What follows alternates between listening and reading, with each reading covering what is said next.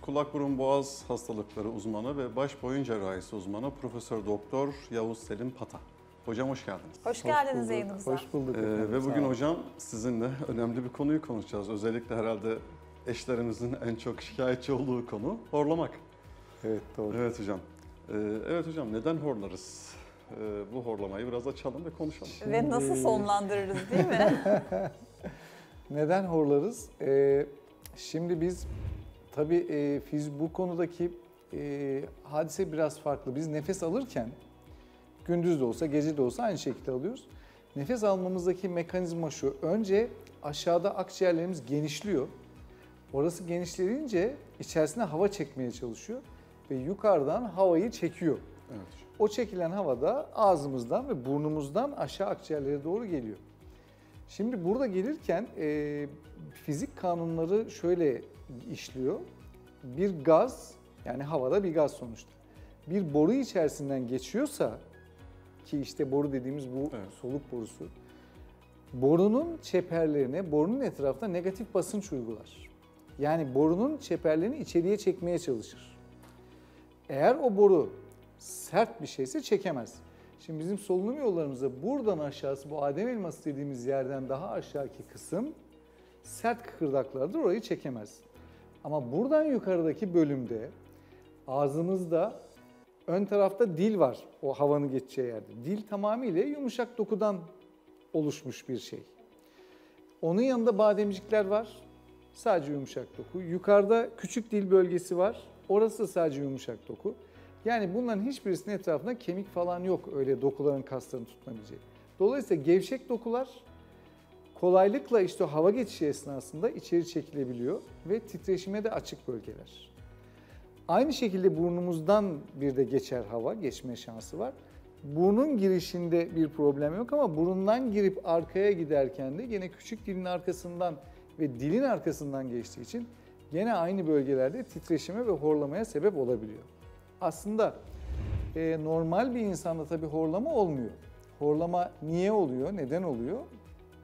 Bir, o hava yolu daralırsa. Bu hava yolu nasıl daralıyor? Buradaki en sıklıkla karşılaştığımız etken aslında kilo. Kilo. Obezite. Yani kilonuz arttıkça Ya. horlama ihtimaliniz artıyor. Neden? Neden? İki sebepten dolayı. Bir, şimdi biz kilomuz arttıkça ne oluyor? İşte göbeğimiz büyüyor, Tabii. kemerlerimizi açıyoruz, gömlek numaramız büyüyor, göbeğimizi büyütüyoruz. Yağlanıyoruz. Tabii. Sadece dışarıya doğru büyümüyoruz.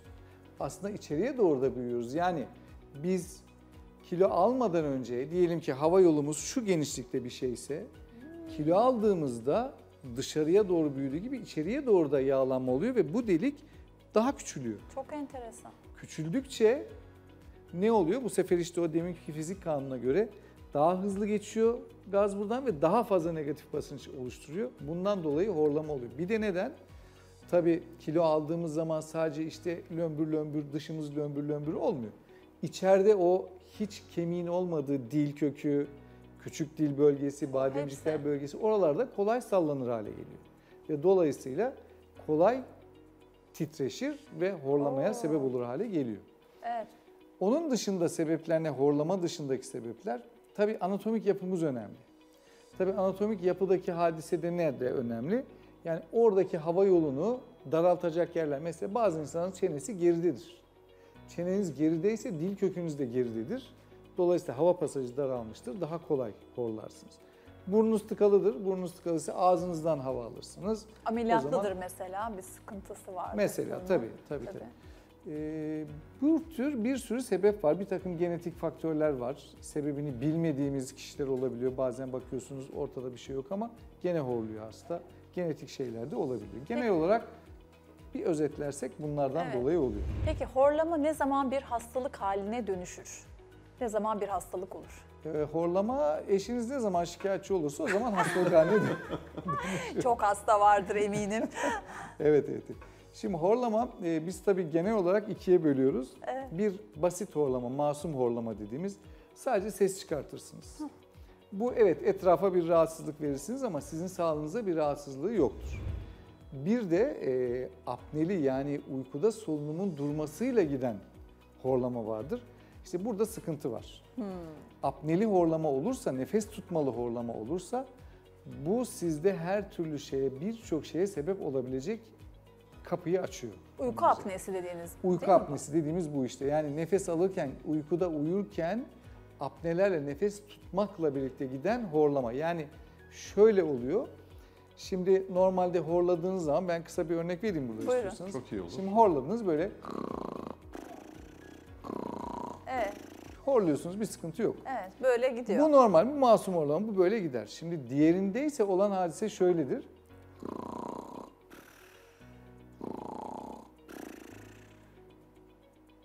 Yok. Durur hasta. Durur. Şimdi hiç nefes almaz. Bu 10 saniye olabilir, 20 saniye olabilir, 30 saniye olabilir, 1 dakika olabilir. Biz hiç de o ne nefes güzel almaz horlaması durdu diye.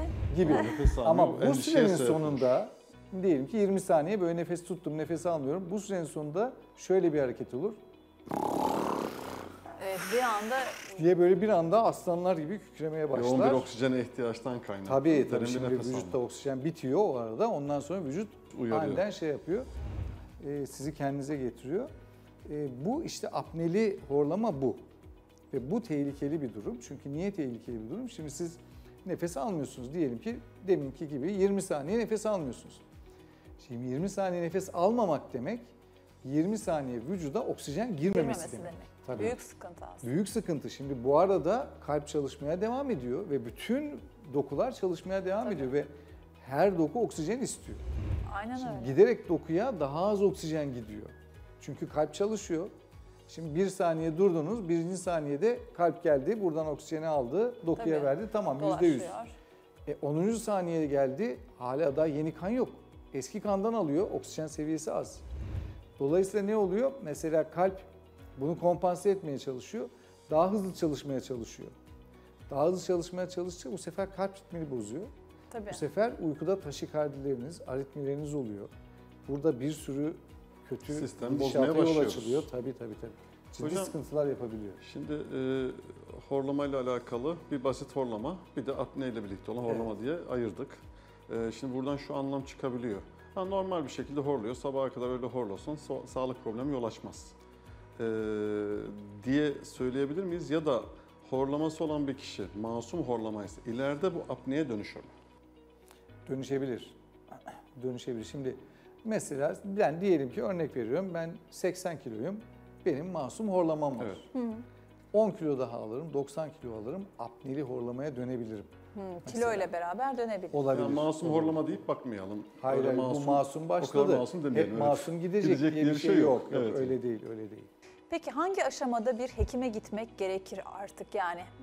Eminim şimdi izleyicilerimizin içerisinden de hele eşleri de biliyorlardır, daha ziyade horlayanlar vardır.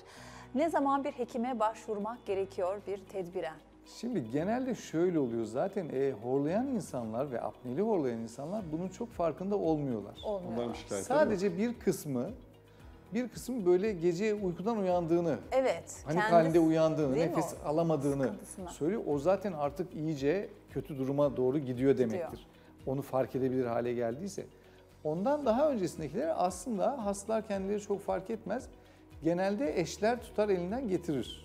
Eşler tutar getirir. Tabii çünkü o bize gelene kadar zaten genelde onlar içeriki odaya gönderilmiştir. Gönderilmiştir, Orada geri uyuyorlardır gelmiştir. falan. Böyle bir takım süreçler geçmiştir ama artık içeriki odadan da Ses sesler gelmeye geliyordur. başlamıştır. Aman Allah. Öyle tutar bize getirir eşler. Genelde de erkeklerde daha çok oluyor Evet. tabii aslında. Gerçi ilk böyle 80'li yıllarda yapılan çalışmalar da erkeklerde çok daha fazla, mesela 8'e 1, 10'a 1 oranında erkeklerde kadınlara göre daha sık ölüyor diye yapılıyordu çalışmalar mı çıkıyordu sonuçlar. Şimdi böyle yeni zamanlarda yapılanlarda 3'e 1 oranına geldi aşağı yukarı. Hanımlarda da ciddi düzeyde horlamaya görebiliyoruz. Evet zaten. evet hanımlarda Kiloyla da alakalı görüyoruz. olabilir mi hocam? Obezite gittikçe artıyor, yıllar Kil- geçtikçe bununla da bağlantı olabilir mi? Gerçi hocam? Olabilir, kadınlar da kilolu olabilir, ama. olabilir. Bilmiyorum, öyle birden aklıma öyle bir şey geldi tabii. Peki nasıl tedavi ediliyor? Uyku apnesinin tedavisi nasıl oluyor? Şimdi tedavisi nasıl oluyor? Tedavisi iki farklı şekilde olabiliyor. Birincisi CPAP dediğimiz bir maske var. Şimdi şöyle bir şey. Maske. Maske. Bayağı bildiğiniz maskeyi buraya oksijen maskesi gibi bir şeyi burnunuza ve ağzınıza takıyorsun. Bu tek başına bağımsız mı çalışan bir şey? Hayır, yanınızda aslında bir makine var, bir kompresör var. Bir kompresör. Yani aynı arabanın lastiğine hava verdiğiniz zaman kompresör gibi bir kompresör var orada. Bunu eminim çok kişi pek O- kullanmak sıkıntı istemiyordur. oradandır. O çalışıyor sürekli, sabaha kadar çalışıyor. Maske burada. Buradan sürekli size hava veriyor basınçla. Buradan hava verdiği için o anlattığım gibi, en başta anlattığım gibi akciğerlerin açılıp içeriye hava çekilmesi gibi bir durum yok. Buradan pozitif hava geliyor. Pozitif hava geldiği için de o şeyi tamamen kaybediyor. Horlama ve apne olayını yok ediyor. Ama tabii bunu sürekli sabaha kadar kullanmanız lazım. O da bir konfor Zor bir olarak şey, çok konforsuz bir çok şey. konforsuz. Evet. Kalitesiz Ve bu tabii hayat. tedavi edici bir şey de değil. Bu aynı gözlük gibi. Şimdi gözlüğü çıkarttım, görmüyorum. Gözlüğü taktım, görüyorum. Ben gözlüğü 5 sene taktım, gözüm düzelir mi? Düzelmez. O da öyle. Ciğer sorunu açılmıyor yani, Hayır, bir ritme hayır, girmiyor.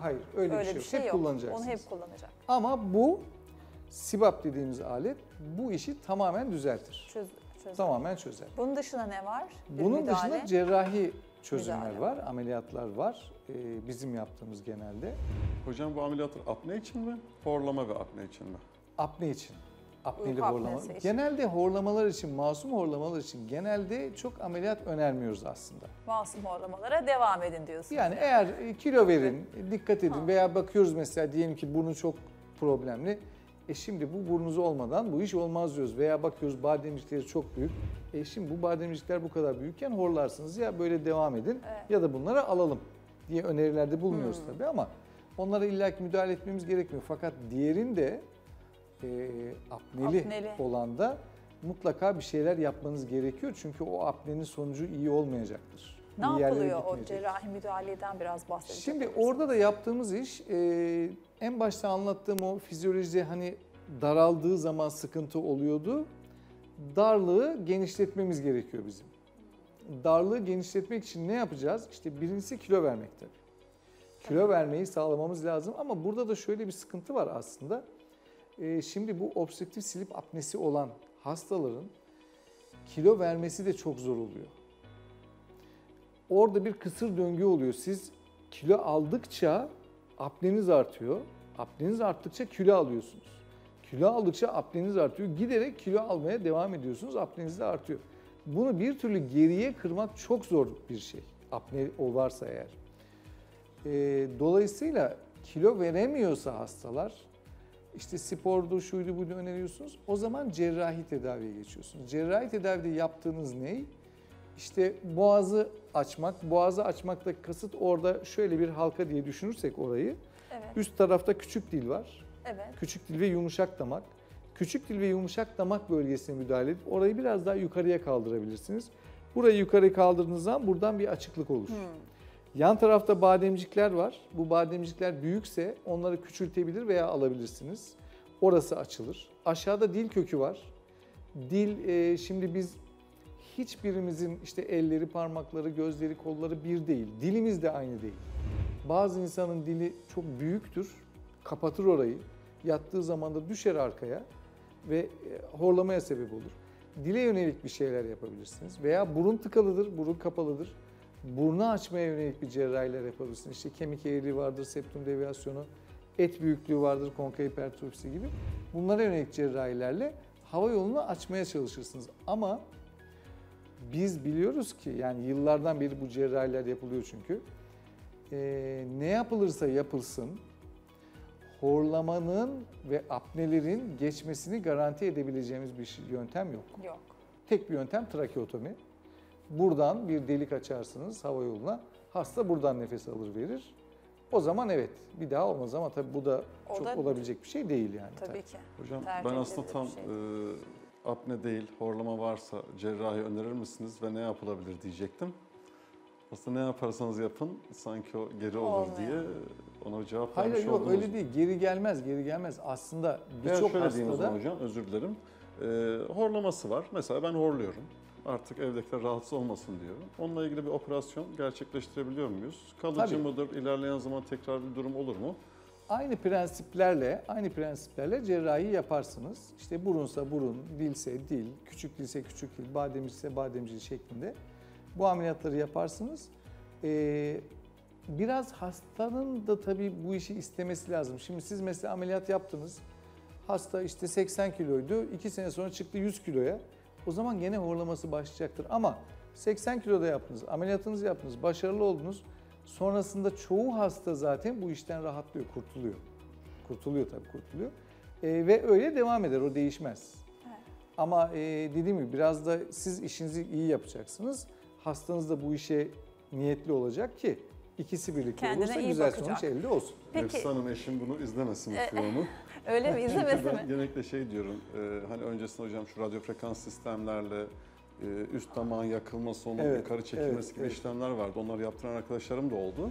Ama geriye dönen bir olay var ortada. Orada tekrar horlayanları duydum.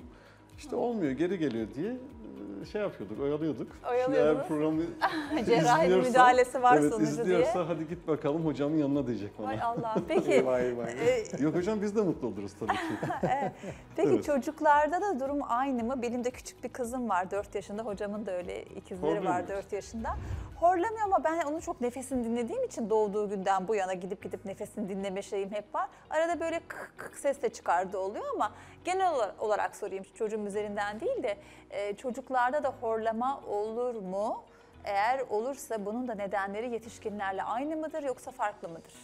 Çocuklarda da Nedeni? horlama oluyor, Oluyor. erişkinler gibi oluyor. Öyle, o derece. Evet, yani bazen aile getiriyor, yani bir işte dediğiniz gibi 4 yaşında bir çocuk getiriyor. Hocam diyor biz diyor bıktık bundan diyor. Ne Sabaha kadar diyorsunuz? uyuyamıyoruz biz diyor. Bir dizel makine gibi çalışıyor Aman diyor. Allah. Sabaha kadar diyor sürekli. Başında bekliyoruz. Aynı apneleri de oluyor. Apnesi de oluyor. Erişkinlerdeki gibi evet hocam nefes almıyor diyor. Aa, Başında küçücük bekliyoruz. çocukta. Korkudan ödümüz patlıyor bir şey olacak. Doğru diye. tabii. Evet. Neden evet, oluyor sıkıntılı. peki çocuklarda? Aynı. Aynı mekanizma aslında. Aynı Hava yollarının mekanizma. kapanması. Bir de çocuklarda özellikle hele 10 yaşına kadar olan çocuklarda, sizin çocuklarınızda bu potada aslında Evet. geniz eti büyümesini sıklıkla görüyoruz. Geniz eti ameliyatı olan çok kişi var çevremde çocuğu. Evet, evet. Kaç evet. arkadaşımızın sebepten. oldu. Geniz eti Evet. büyümesi direkt tetikliyor. Çünkü geniz eti dediğimiz burnun Doğru. hemen arkasında, burnu kapatıyor. Ağızdan solunuma mecbur kalıyor.